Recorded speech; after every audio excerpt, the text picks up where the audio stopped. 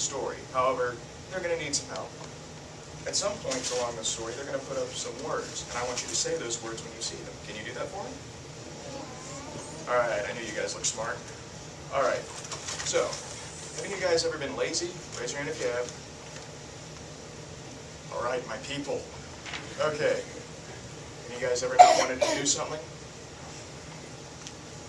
I tell you I could feel a connection in this crowd. Ever done something halfway? I feel like this class was made for me. All right. Well, this story is going to connect with you people, because there is a story about three little frogs that are kind of in that same area of thinking. And so, these three little frogs, say hello to the frogs.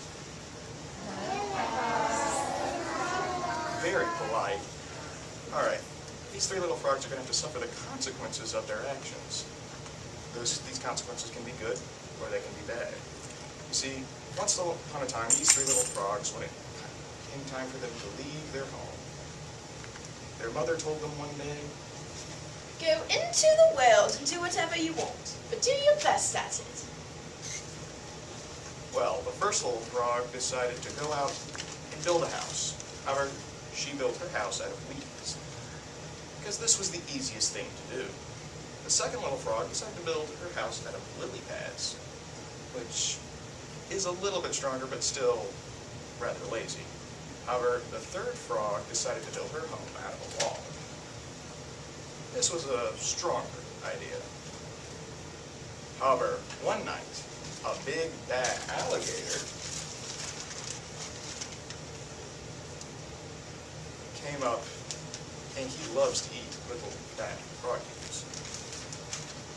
So the alligator came along and came into the house made out of weeds. Let me in, little frog, or I'll munch. Munch! And I'll crunch. Crunch! And I'll chomp your house down. Not by the croak of my throat. But of course, the alligator did easily chomp through. No. Seeing that the first frog was extremely lazy, built her house out of the first thing she laid eyes on, the alligator decided to move on to places. But before we go on, I have to ask you guys, think the house made out of weeds was a good idea? No. Right. So, now the alligator has come to the house of the lily pads. Let me in, little frog, or I'll munch. And I'll crunch. And I'll chomp your house down. Not by the croak of my throat. But of course, No. the alligator chomped into that house too and ate the second frog. So, was the lily pad house a good idea?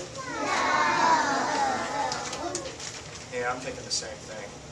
You guys are smart. All right. So then the alligator finally came along to the log house. Let me in, little frog, or I'll munch. And I'll crunch. And I'll chomp your house down. Not by the croak of my throat.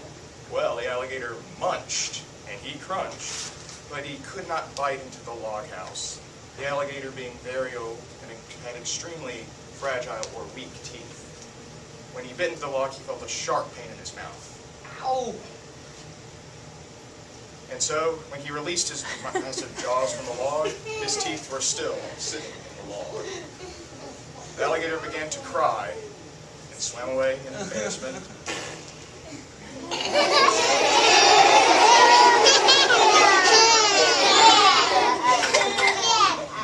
The alligator now gone, the last little frog invited her mother over to her house.